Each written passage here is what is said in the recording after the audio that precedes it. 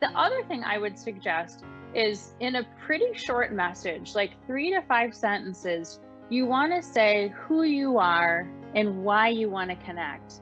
My name is George, and I am really interested in understanding how technology is going to eradicate cancer.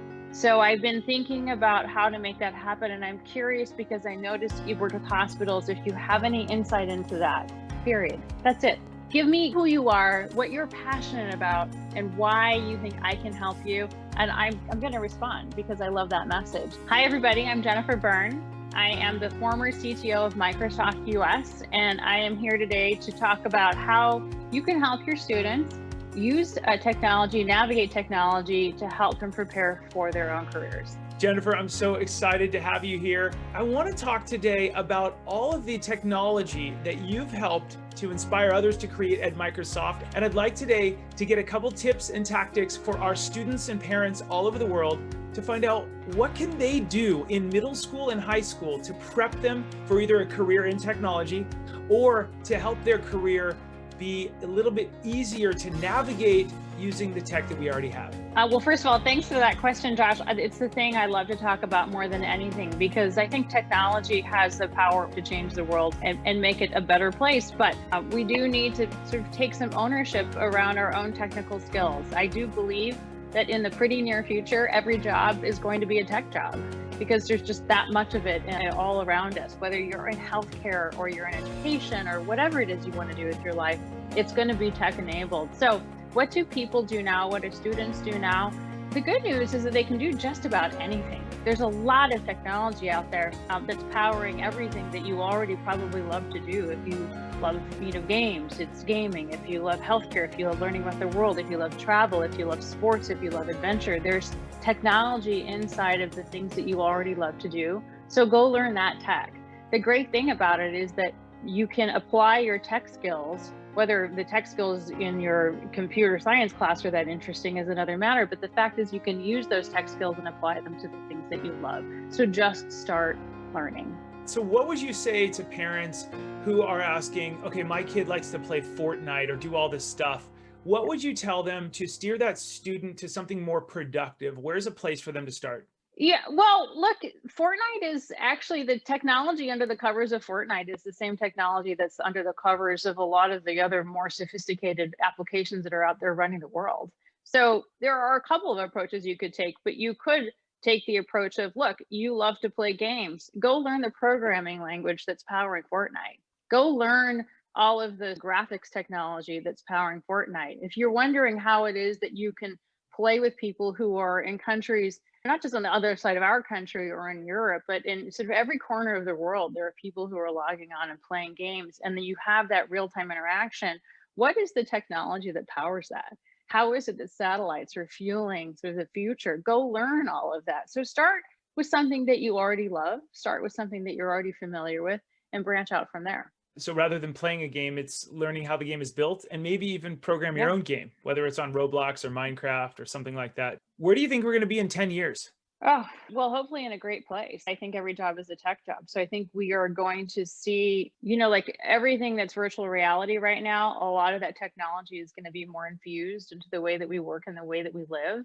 I think everything inside your house is going to be digital.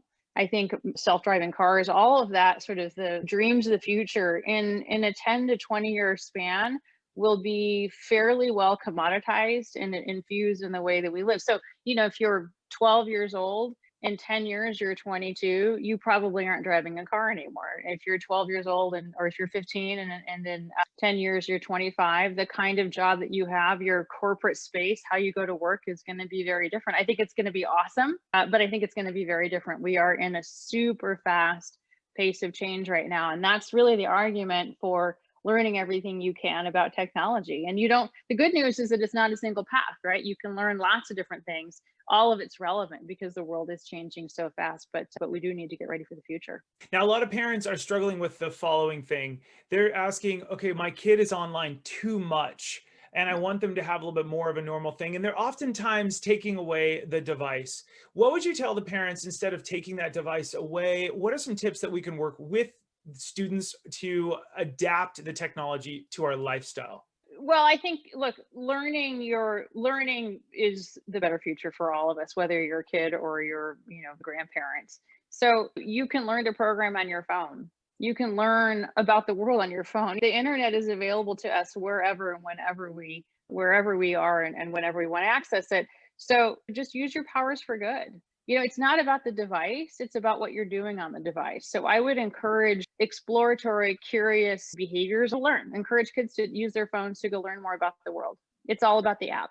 Jennifer, we are always suggesting to students to be on LinkedIn earlier and more often, to build that portfolio and to start thinking about their future so that they're working with their parents and they have a place to go.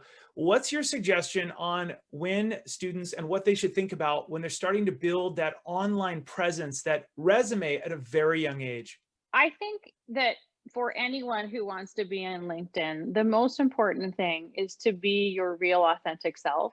I know that when I get connection requests from people on LinkedIn, I absolutely love when I take a quick look at a profile and I feel like I'm seeing the real person. And by the way, I love when I see requests from students. They're my favorite requests of all time because it just demonstrates a little bit of courage, a lot of curiosity, and some ambition among younger people that they have the courage to reach out. So I love that. I also think that LinkedIn is a really great way for you to understand the kinds of skills and education and experience that are behind the jobs that you want to have. One thing about the world right now is that it's changing super fast and jobs change with it. People ask me all the time, how did you get to be a CTO?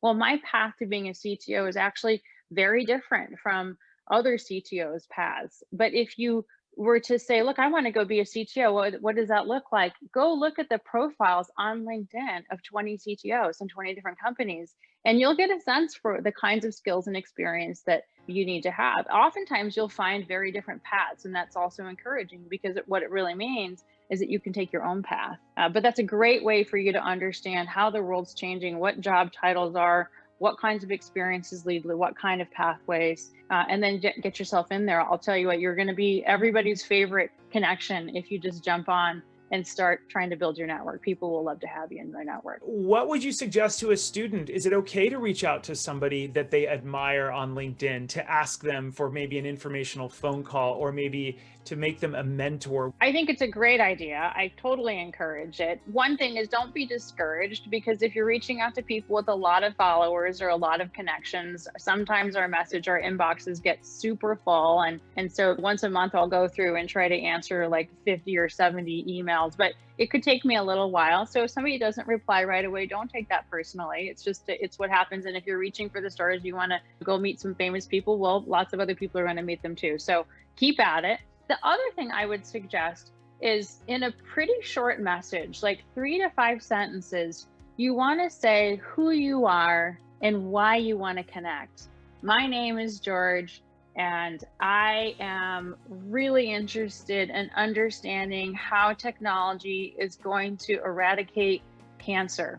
So I've been thinking about how to make that happen, and I'm curious because I noticed you've worked with hospitals, if you have any insight into that.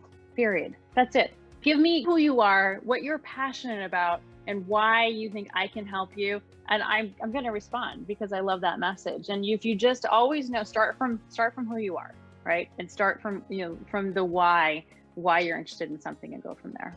That's a great suggestion, and one that is very clear to the person receiving it. Jennifer, I want to thank you for your time today. You're listening and watching the smartsocial.com podcast, where we teach students how to be safe on social media so they can someday shine online, to get that amazing career like Jennifer here, former CTO at Microsoft US, so that you can do incredible things to inspire others. And along the way, we're going to get you into that great college, internship, and all those other places along the way, so that we can use these devices with a purpose instead of a pastime.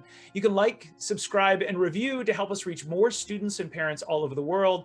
Thank you so much for listening to this episode. As always, keep it light, bright, and polite, because everyone's watching. We'll see you guys on the next episode. Have a great day.